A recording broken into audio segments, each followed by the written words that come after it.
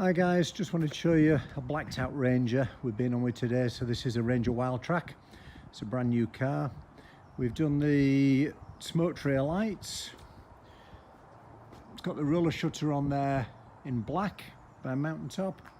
It's got these lovely body coloured arches. We refer to them as 55mm, body coloured in shadow black. Got these nice Predator XC alloys on there. It's got the Predator decal there. It's upside down. Nice mud terrain tyres, 305 fitment.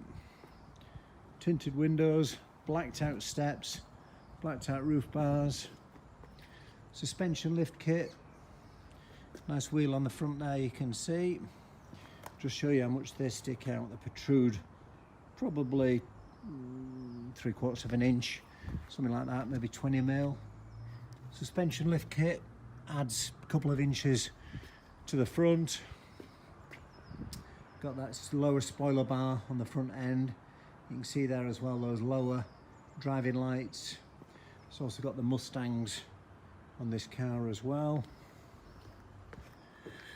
Overall, looks really good. I think the client will be delighted with that. For further details, click the link below.